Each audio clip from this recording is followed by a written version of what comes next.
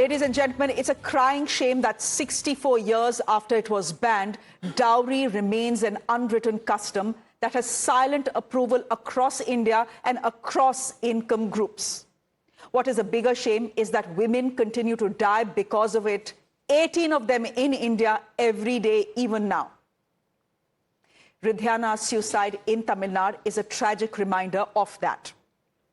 27-year-old Ridhyana, the daughter of an affluent businessman in Tirupur, was married to Kevin Kumar. He was the heir to a flourishing textile business.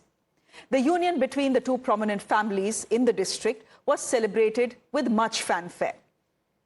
It ended in 78 days with Ridhyana drinking pesticide. Why? Because from day one, she was physically and mentally abused by her husband and in-laws for more dowry. The 100 gold coins, the 75 lakh Volvo car, the 3 crore wedding, nothing was enough for a family of their status. They said others had given 100 crore rupees to their son-in-laws to set up businesses. Unable to bear it anymore, Ridhyana returned home within 15 days. Her father asked her to go back and adjust. She went back, but was back again within 20 days, this time even more broken. On the day Ridhyana decided to end her life, she sent 7 WhatsApp audio messages to her father. She said she was sorry. She said she was ending her life because her husband and her in-laws would not change. They would continue to ask for more dowry. She said she couldn't take the torture and abuse anymore. Then she went to the temple and on her way back, drank the pesticide. Listen in first to her audio messages and then listen to her father, who now says he regrets asking his daughter to adjust.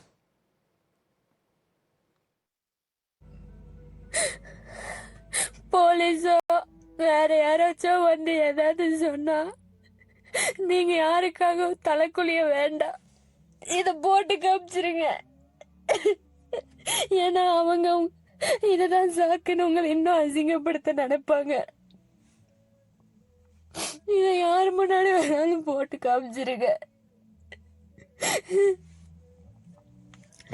என்னோட இந்த முடிவுக்கு என்னோட திருமண வாழ்க்கை தான் உண்மையான காரணமே. அவங்களும் அவங்க குடும்பமும் தான் காரணமே.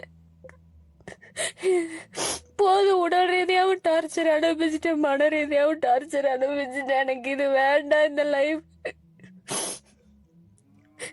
அதெல்லாம் அவங்க மாற மாட்டாங்க. என்னோட இந்த முடிவுக்கு கவினும் ஈஸ்வரமூர்த்தியும் சித்ரா தேவியும் தான் காரணம். என் கல்யாண வாழ்க்கைய மோசமா போயிருச்சு. என்ன மன்னிச்சிருங்க அப்பா, என்ன மன்னிச்சிருங்க அம்மா.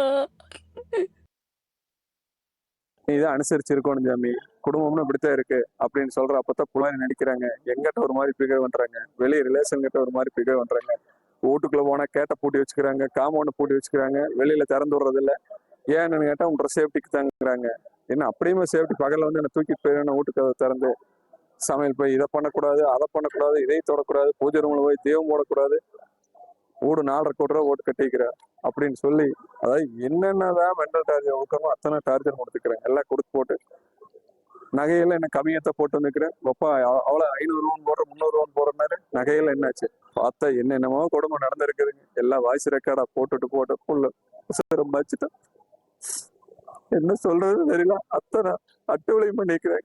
என் பிள்ளைக்கு நடந்த மாதிரி நீ யாருக்கு இந்த மாதிரி வருத்தம் நடந்துடக்கூடாது. அது நீங்க என்ன பண்ணுவீங்கன்னு எனக்கு தெரியல. நீதி கிடைக்கும். Ladies and gentlemen, this is the cost of adjusting to dowry demands. This is the cost we pay when, as a society, we silently approve of a social curse by camouflaging it as an exchange of gifts. Yes, I know, the anti-dowry law in India is misused. But for every 2 fake cases, ladies and gentlemen, there are 3 genuine ones as well. My question is, even after 64 years, is dowry India's forever curse? My guest this evening, Deepika Narayan Bharadwaj is a documentary filmmaker. She's an activist. In fact, she's a men's rights activist. She's joining us on the broadcast. Deepika, thank you very much. Mrunalini Deshmukh is a family lawyer. Mrunalini, thank you very much. And Lalita Kumaramangalam is a former chairperson of the NCW. She's joining us on the broadcast as well. Lalita ji, I'm coming to you first, and I'm coming to you primarily because you were born in Tamil Nadu. Yes, I'm a Tamilian, and I'm ashamed to be one today. Can I ask you, we say Beti Bachao, Beti Padhao. In this case, you educated your daughter. You educated her very well. But when she's faced with dowry demands and she's physically tortured and mentally harassed, and she comes back to you, you tell her, beta, go back and try and adjust.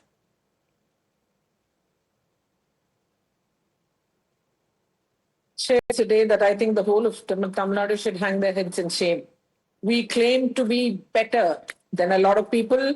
We claim to be better educated. We claim to be better oriented towards our girls. We claim we have many things in many ways. We are better than the so-called North Indians against whom we have a running feud, especially politically and today, unfortunately, in the minds of too many people from the state. But well, the proof of the pudding, as one says, is in the eating. And today, the pudding that has been served to the girls and the women of Tamil Nadu is something that is so bitter that I don't think anybody can accept it. We are not talking about a poor family here on either side. Of course, the boy's family is to blame. They need to be punished to the fullest extent of the law. But for God's sake, how long would that case be dragged? I think Deepika ji will be able to give us a better idea on this. You know how fast our courts work. I mean, they work extremely fast when it comes to giving bail to a rape accused, but extremely slowly. The wheels of justice grind so slowly for a woman for a girl who's already dead and gone in cases like this. Who is to blame? The father who told his daughter adjust, the in-laws who tortured the hell out of her, sorry for the language, or society that goes on expecting girls to not just adjust, but to be bought and sold like some sort of commodity, who have no safety. If this girl could not even, get the security of her maternal home, then where are we safe? It's well known we are not safe in public, whether Delhi, Calcutta, Tamil Nadu, Maharashtra, etc., etc. Okay. It's well known we are raped, etc. But what is wrong with parents of girls who just send them back saying adjust? I find it very difficult to even, comprehend that in 2025, an educated girl whose parents have paid more than 100 crores in dowry, etc., was forced to commit suicide because both her own parental family and her in-laws just did not understand that she's a human being. Ms. Kumaramangalam, I just want to interrupt you here. 100 crore rupees in dowry was not paid. That was the expectation. Mrunalini Deshmukh, okay. What has happened with Ridhanya actually busts two myths. Number one, that dowry is a lower middle class problem. Dowry is not something that the rich and the super rich talk about. They don't need it. And number two, that things like dowry are a UP Bihar problem. They are not a problem of states as educated as Tamil Nadu. Look at Tamil Nadu's literacy level, for example. Tamil Nadu's literacy level is about 80%, which is higher than the national average. 75% of its women are educated. Again, that is more than the national average. In your long years as a family lawyer, have you found cases like what Ridhanya has gone through often enough, or is it a rarity in those circles?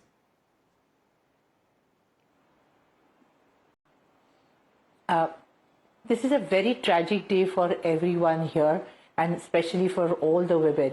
I think this horrendous act of what has happened is absolutely inexplicable.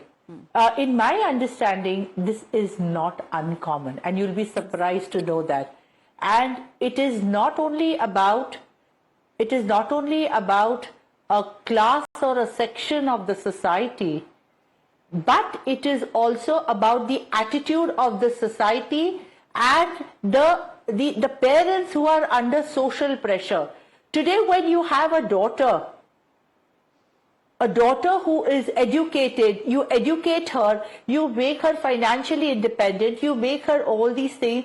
Why would you want to throw her in this fire? When your daughter, and from what you have just told us, 15 days from the marriage she comes back, the father says, please go back and adjust. Again she comes back after 20 days, the father says, no, you can't do. Why? Because the father feels that he'll be socially ostracized, people will talk about it, what will be his status, what will be his thing in the social circle. But are you not thinking about your own child? When she's telling you, I'm doing this, you don't have to rush into a divorce, or you don't have to rush into anything. But just give her that comfort that we are there to take care of you. Be separated for some time. Maybe it's easier said than done. Okay, take a divorce and go. But you have to give some time to her. Give her that comfort. Give her that security. And even from the girl's point of view, when you are going to be, I do not know what is the background of Ridhima, but girls like this who face these kind of situations, nowadays, and I've seen this in my practice, are strong enough to tell their parents, thank you, if you can't support me, I will go, and if I don't have the money, I'll use the channel of courts to get what my due is, but I'm going to live independently. Now, I do not know what the background is. So here, undoubtedly, the in-laws and the husband have to be just taken to the gallows. Sorry for being so overreactive in this, but this is the way they need to be treated. But it also, the buck also stops at us as parents, as girls who are there, who know what is good for you and what is not good for you. If the parents have already succumbed to some 100 gold coins or whatever the numbers are irrelevant now. Doesn't that show the tendency of the husband and the in-laws? You still want to push your girl into that family? Why? Because it's a rich family, it's a well-to-do family. So I think I don't know whom to blame in all this. Today the anti-dowry laws are there. There is law in its place. But unless the social mindset changes, then I will put down my foot the day my daughter is ill-treated. I may not take action immediately because you want some time to pass by, you want things to sort it out. But unless you take this thing and unless social mindsets are not going to change. If they have not changed 64 years after dowry was banned in this country and a strong anti-dowry law was put in place, then nothing is going to change. Because even today, in middle class, upper middle class, affluent sections, forget what happens in rural India, there is a silent approval for dowry. It is called an exchange for gifts. It's not an exchange for gifts. But my question to you was, in your long years of practice, Ms. Deshmukh, have you seen, fights over dowry even in the affluent middle, even in the upper middle class affluent sections of society? Absolutely. Dowry has nothing to do with your social status or your financial status. It has only to do with the perversity of the mind, the greed, the insatiable greed of the in-laws to get every penny that they can get, every pie that they can get from the girl's side under the garb of social custom or under the garb of what happens in the society. So it has nothing to do with the financial background of the party. It doesn't mean if you're middle class or if you're from UP, Bihar, you are expected to pay dowry. Even now as Lalita Kumarji has rightly said, Tamil Nadu, the highest literacy rate, we have internationally known people who are there from the state of Tamil Nadu. If this is happening, girls are educated, boys are educated. I can understand in North India, there are certain sections of the society where the girls are not educated. Here, everything is at its best. And if it happens in states like this, then I think it is something that we really... Now, if social mindset is not going to say any number of laws, can I say that as a lawyer? Any number of laws are not going to bring about any change.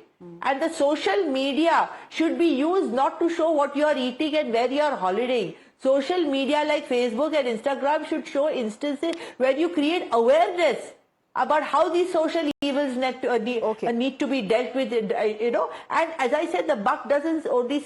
The buck stops at me as a mother, it's a crying shame that we are talking about a dowry death and a dowry suicide.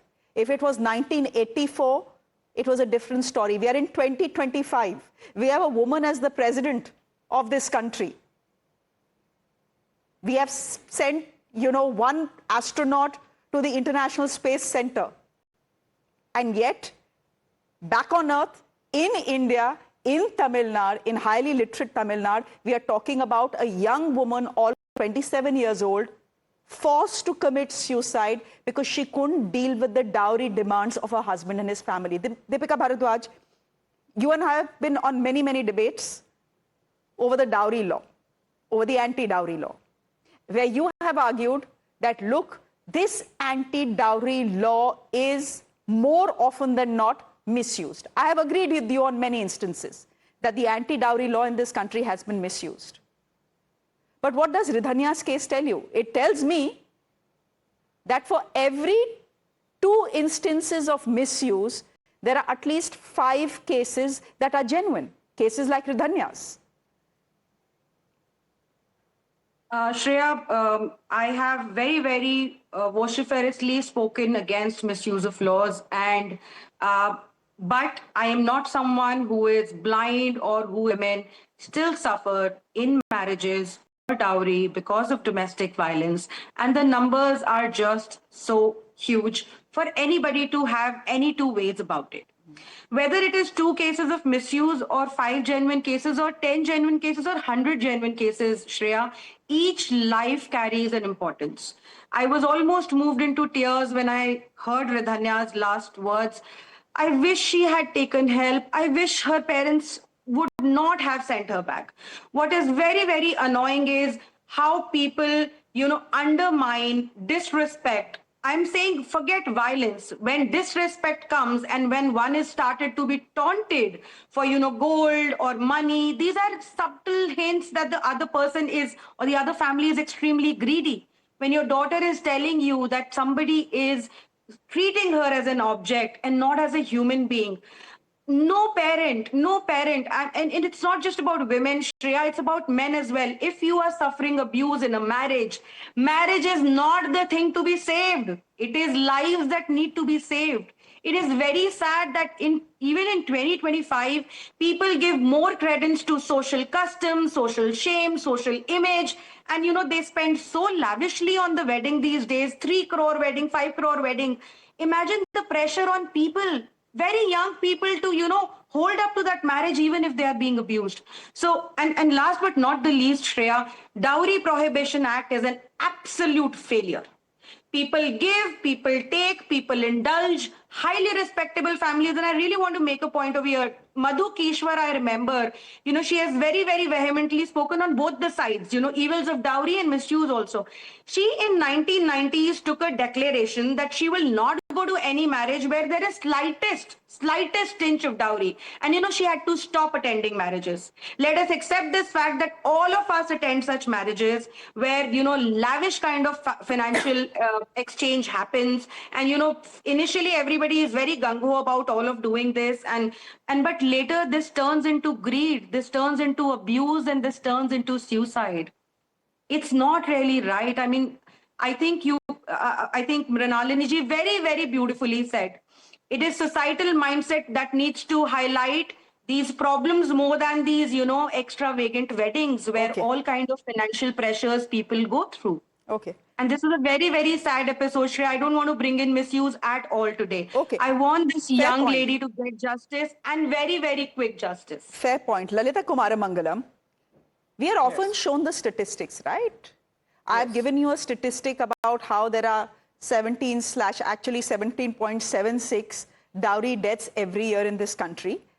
And, if you want to make the argument the other way, you will just pull out figures from previous years and say, actually, that is a decline. Yes, that is a decline. But anecdotally, Lalita Kumaramangalam, I can even tell you that, for example, I am a Pahari. I come from the hills. And in the hills, it's, matrilineal to some extent. It was frowned upon if anyone spoke of dowry or gave dowry. In fact, they were socially boycotted. Now I see subtly dowry make its way to the hills as well, in the form of a scooter, in the form of a cycle, in the form of a fridge, in the form of an AC. So while our numbers Shreya, may be I going down, agree with- reported cases of dowry deaths may be going down, it continues to be a custom that has spread across this country, even to communities Shamefully, that yes. didn't have dowry.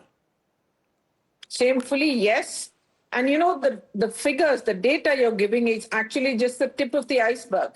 Because most such cases go unreported, as I'm sure both Deepika ji and Mrinali ji will agree. Lini ji, sorry, will agree. And that is the real tragedy, that it is now become so commonplace, and people have learned to say, oh, no, we're just exchanging gifts. And also the fact that divorce is still such a dirty word. I'm not saying that it should immediately go to divorce, go to court, etc. But the fact that in society, if a divorce occurs, even today, the vast majority, I would say well over 90% of cases, it is the woman who is blamed. Nobody even bothers. Yes, there are men against whom the law has been misused, and that's equally wrong, but that's literally the tip of the iceberg. That doesn't make it correct. But the vast majority of girls who leave home, who are chased, who are sold, who are killed, who are raped, etc., etc., etc., those stories don't even come out. Why? Because everybody will say, she didn't dress properly, she talks too loudly, she's too argument, she's not a good cook. Everything is about the she. And this is the most pernicious mindset in this country, which is why this poor young girl, and she's obviously well educated from a so-called good, wealthy family, has been forced to take the ultimate step. Every life is precious, as Deepika ji said. But it seems that in India, we still think there is no real price for a woman's life. Okay, you know, here's probably what Ridhanya was thinking. She has told us what she was thinking. There are 7 audio recordings that she has sent her father, WhatsApp audio recordings that are now part of they are really sad. They are sad, and they are part of the investigations now. But she probably thought, my parents have spent 3 crore rupees on my wedding. They have given my husband and in-laws a car worth 75 lakh rupees. They have given my husband and his family gold worth some 85, 90 lakh rupees. It's been so expensive. How can I walk out of this marriage now? You know, what face will my father show to the entire world that his daughter couldn't survive in a marriage? And I think the big mistake that the parent in this case has done, Mrinali ji, I'm out of time, but the big mistake that the parents did in this case was to ask this young woman who was facing torture and abuse at the hands of her husband and his parents to go back and adjust. There is always a cost to compromise, always a cost to adjust. This is the price. Deepika ji, I can give you 10 seconds. Go ahead, make your point. I think it's time that these cases are quickly tried and the perpetrators punished, whether that's woman or man. That's it. Okay.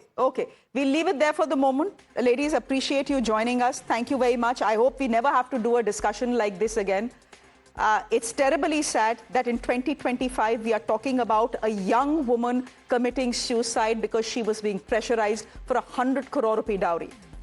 We'll leave it there for the moment. Thank you very much. I'm slipping into a quick break. There's more on the other side.